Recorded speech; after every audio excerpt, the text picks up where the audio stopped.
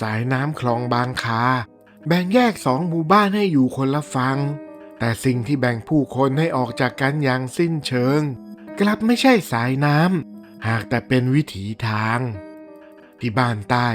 มีสำนักศักยันต์ของอาจารย์สังจอมขมังเวทชื่อกระชอนตั้งอยู่ที่นี่และมีไอ้ป๋องนักเลงหัวไม้ประจำถิ่นผู้เป็นศิษย์เอกแต่ไม่ว่าป๋องจะข้ามไปฝั่งไหนใครๆเห็นก็ต้องหลบตาเพราะคนย่านนี้ต่างรู้ดีถึงวลีติดปากที่ว่าใครหนังไม่เหนียวอย่าลิเที่ยวบ้านตายไอ้ป๋องเชื่อมั่นในรอยสักและเครื่องรางของอาจารย์สังอย่างหมดใจมันใช้ความหนังเหนียวเป็นเกราะกำบังความกลัวและใช้ความรุนแรงเป็นเครื่องมือข่มขู่ผู้อื่นไปวันๆตรงกันข้ามกับฝั่งบ้านเหนือซึ่งเป็นที่ตั้งของวัดบ้านเหนืออันสงบร่มเย็นมีเจ้าวาดคือพระครูยาพระผู้ใหญ่ที่ชาวบ้านต่างเคารพรักอย่างยิ่งท่านมีศิษย์ก้นกุฏิชื่อว่าพุทธเด็กหนุ่มจิตใจดีขยันขันแข็งพุทธมักจะถูกพวกศิษย์บ้านใต้ละลานอยู่เสมอแต่พระครูยาก็มักจะเทศนาสั่งสอนพุทธว่าพุทธเอ๋ยคมดาบที่ว่าคมยังแพ้ความคมของปัญญายันเหนียวที่ว่าแน่ก็พ่ายแพ้ต่อกรรมวิบาก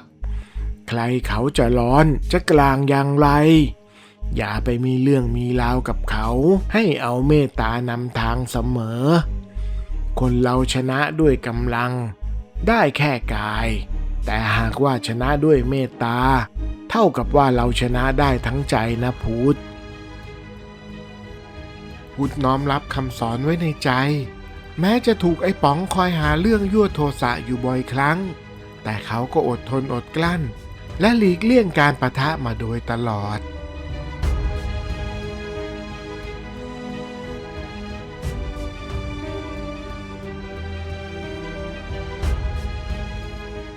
กระทั่งเย็นวันหนึ่ง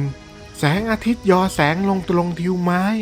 กลิ่นฝนเริ่มลอยลงมาตามลมขณะที่พุทธกำลังเดินกลับวัดก็บังเอิญได้ยินเสียงเอะอะโวยวายดังขึ้นมาจากทางตลาดสดมึงมองหน้ากูทำไมฮะไอ้สนแล้วนี่มันก็บ้านใต้ถิ่นกูเด็กบ้านเหนืออย่างมึงไม่มีสิทธิ์มาเดินเว้ยมองอะไรข้าก็เดินของข้าอยู่ดีๆแล้วข้าก็ข้ามมาซื้อยาให้แม่ข้าเอ็งอย่ามาหาเรื่องข้านะนี่มึงกล้าเถียงกูเหรอกูบอกว่ามองก็ต้องมองสิวะพูดจบไอ้ป๋องก็หวดไม้คมแฝกเข้าใส่แบบไม่ยั้งมือทำให้ไอ้สนหนุ่มบ้านเหนือถึงกับซุดลงไปกองพี่ป๋องหยุดเถอะอย่าไปทำให้สนมันเลยแม่มันนอนป่วยอยู่บ้านถ้ามันเจ็บไปจะไม่มีใครดูแลแม่มัน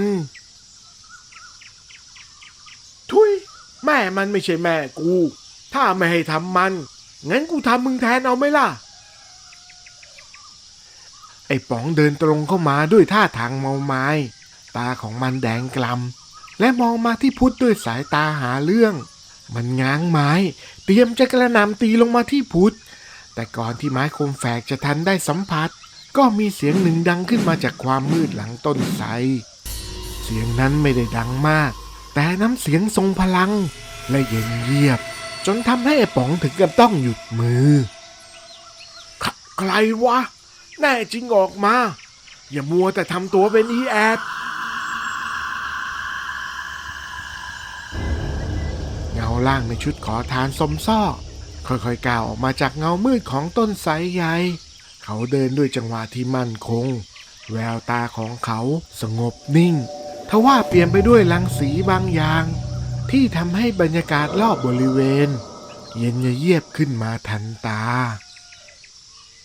ไอ้ขอทานมึงอยากโดนใช่ไหม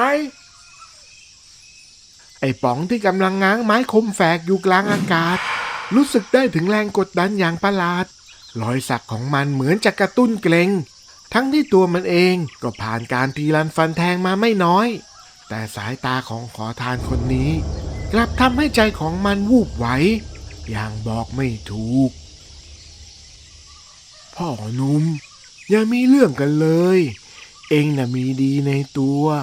แต่อย่าใช้ของดีนั้นรังแกผู้อื่นสิไอ้ป๋องสะบัดหัวไล่ความกลัวออกไปมันพยายามข่มใจด้วยฤทธิ์เหล้าก่อนที่จะพ่นคำหยาบออกมาไอ้แกมึงเป็นใครกล้ามาสอนกูเชื่อฟังอาจารย์ของกูคนเดียวเว้ยพุทธเห็นท่าไม่ดีจึงรีบก้าวมาบดบังหน้าชายขอทานเอาไว้แต่ไม่ทันเสียแล้วเพราะไม้คมแฝกของไอ้ป๋องฟาดไปที่ขมับของชายขอทานอย่างจังลุงเสียงไม้ฟาดเข้ากับกะโหลกแต่แทนที่ชายขอทานจะลงไปนอนดิ้นกลับกลายเป็นยืนเฉยๆหัวเราะอยู่ในลำคอ เอ็งน่ะไม่ได้มีดีคนเดียวหรอกนะไอ้หนุ่มไอ้ป๋องถึงกับตกใจจนแทบสางเมามันรีบทิ้งไม้คมแฝกในมือแล้วก็ทิ้งศักดิ์ศรีหนีหายเข้าไปทางบ้านใต้ด้วยความกลัวส่วนพุทธก็ตกใจไม่แพ้กันแต่เมื่อตั้งสติได้พุทธก็ถามออกไปตรงๆลุงทำไมลุงไม่เป็นอะไรเลยล่ะลุงขอทานหันมามองหน้าพุทธก่อนที่จะยิ้มให้นี่นะเขาเรียกว่าวิชาชาตรีใครที่ฝึกวิชานี้สำเร็จก็จะคงทนต่อศาสตราวุธของที่ว่านักเมื่อโดนเราก็จะเบาเหมือนกับปุยนุ่นอย่างเช่นไม้คมแฝกที่ไอ้หนุ่มนั่นมันฟาดลุงยังไงล่ะ สุดยอดไปเลยลุงสอนวิชานี้ผมบ้างได้ไหมผมจะเอาไว้ป้องกันตัว ได้สิว่าไอ้หลานชายว่าแต่เองมีสัก200เป็นค่าครูให้ข้าบ้างไหมวะข้าจะได้เอาไปเติมสักเป๊ก2 เป๊กแก้หนาวเสียหน่อยและตั้งแต่นั้นพุทธก็แอบพลักครูยาออกมาหาชายชราขอทานทุกวันข้าวปลาอาหารที่บิณฑบาตได้ก็จัดแบ่งมาให้ชายขอทานมิได้ขาดเอ็งนี่มันดีจริงๆดูแลข้าแบบไม่ขาดตกบกพร่องแล้วคาถาที่ข้าสอนให้เอ็งเอาไปเสกข้าวกินทุกมื้อหรือเปล่าวะแน่นอนครับพ่อครูผมท่องตลอดทุกลมหายใจเข้าออกเลยด้วยซ้ำอ๋อถ้างั้นจู่ๆขอทานชราก็หยิบก้อนหินใหญ่ข้างๆขึ้นมาแล้วก็ฟาดไปที่หัวของพุทธเต็มแรงโอ้ยพ่อครูทำอะไรนะผมไม่เจ็บเลยแฮะ เอ็งสำเร็จวิชาชาตรีของข้าแล้วแต่เอ็งจำเอาไว้ให้ดีล่ะวิชาไสยศาสตร์ทุกแขนงย่อมมีของแก้เสมอจงอย่าประมาทเอาละข้ารบกวนข้าวก้นบาทมาหลายวันแล้วข้าจะไปละแต่ก่อนที่ข้าจะไป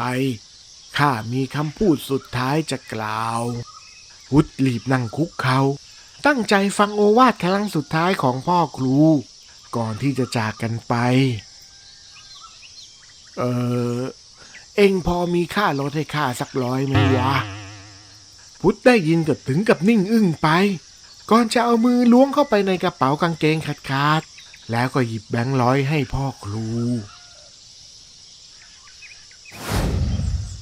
ณสำนักยันอาจารย์สัง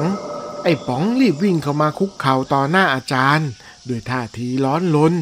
พร้อมกับไล่ยาวถึงเหตุการณ์ที่ตนเพิ่งไปเจอมาอาจารย์ข้าเอาไม้คมแฝกฟาดมันเข้าที่ขมับเต็มๆแต่มันไม่ระคายผิวเลยข้าพยายามดูรอยสักที่ตัวมันก็ไม่มีสักรอยข้ากลัวเลยรีบหนีมาหาอาจารย์นี่แหละอาจารย์สังนิ่งคิดอยู่ครู่หนึ่ง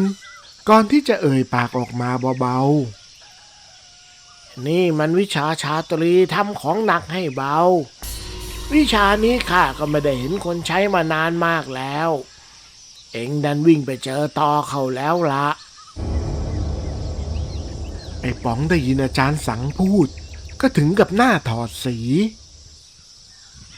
แล้วจะจัดการมันได้ยังไงล่ะครับอาจารย์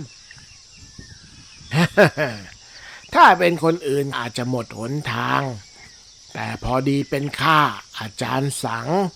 ย่อมมีทางแก้อยู่แล้วพูดจบอาจารย์สังก็เดินเข้าห้องพระไปหยิบไม้ตะพดออกมาก่อนที่จะทำการปลุกเสกอีกครั้งแล้วก็โยนไม้นั้นให้กับไอ้ป๋องศิษย์ลักษณ์ไอ้ป๋องรีบคว้าไม้ตะพดนั้นเอาไว้แต่ทว่าความรู้สึกแรกที่รับไม้มานั้นก็ทำให้มันต้องตกใจ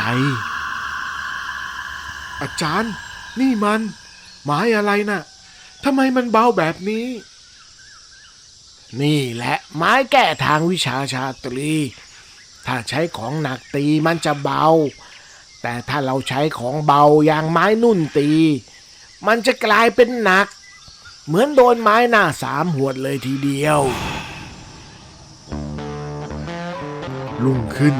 ไอ้ป๋องก็ควงไม้ตะพดนุ่นเบาเดินข้ามคลองบางคามาด้วยความคึกคะนองมันตรงเข้าไปหาพุทธศิษย์วัดบ้านเหนือ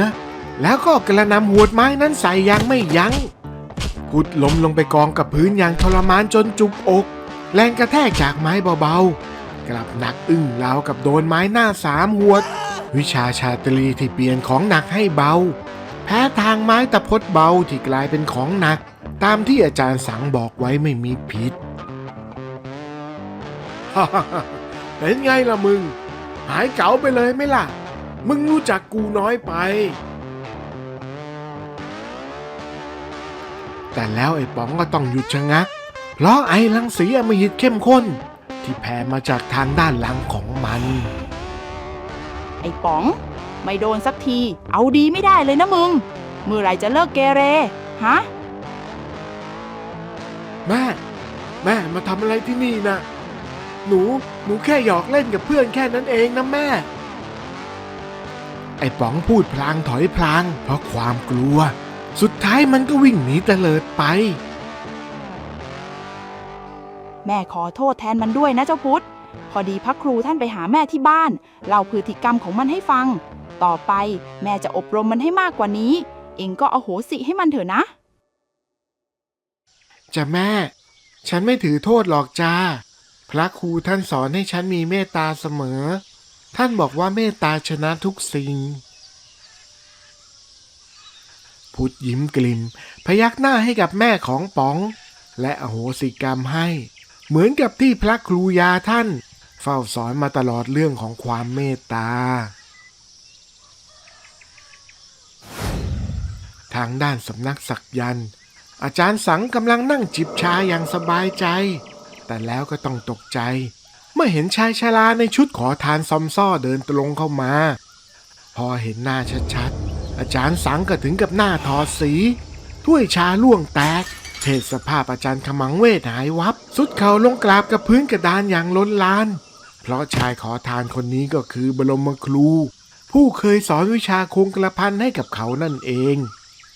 พ่อครูตบกระบาลของอาจารย์สังไปทีหนึ่งจนหน้าทิ่มไอ้สังกูสอนวิชาให้มึงเอาไว้ช่วยเหลือคนแต่มึงกลับเอาไปปลุกเสกให้ไอ้พวกนักเลงหัวไม้เอาไปเบ่งกลางละลานชาวบ้านงั้นหรือวะขอโทษครับพ่อครูข้าผิดไปแล้วต่อไปข้าจะไม่ปล่อยให้ศิษย์ไปละลานใครอีกแล้วครับและข้าจะหักเข็มศักดิ์ทิ้งวันนี้เลยไม่ขอศักดิ์ให้ใครอีกตลอดชีวิตครับพ่อครูพ่อครูถอนหายใจก่อนจะยิ้มกวนๆออกมารู้จักคิดก็ดีว่าแต่เองพอมีเงินให้ข้าสัก200ไหมวะข้าเดินทางมาไกลคอมันแห้งน่ะพอดีตรงหัวโค้งเห็นเขาตั้งซุ้มยาดองอยู่ว่าจะไปเติมสักเป๊ก2 เป๊กแก้หนาวอาจารย์สังรีบคว้าแบงค์พันส่งไปให้กับพ่อครูทันทีและตั้งแต่วันนั้นคลองบางคาก็กลับคืนสู่ความสงบร่มเย็นสองฝั่งคลองอยู่อย่างมิตรภาพและไร้ซึ่งความรุนแรงตลอดไป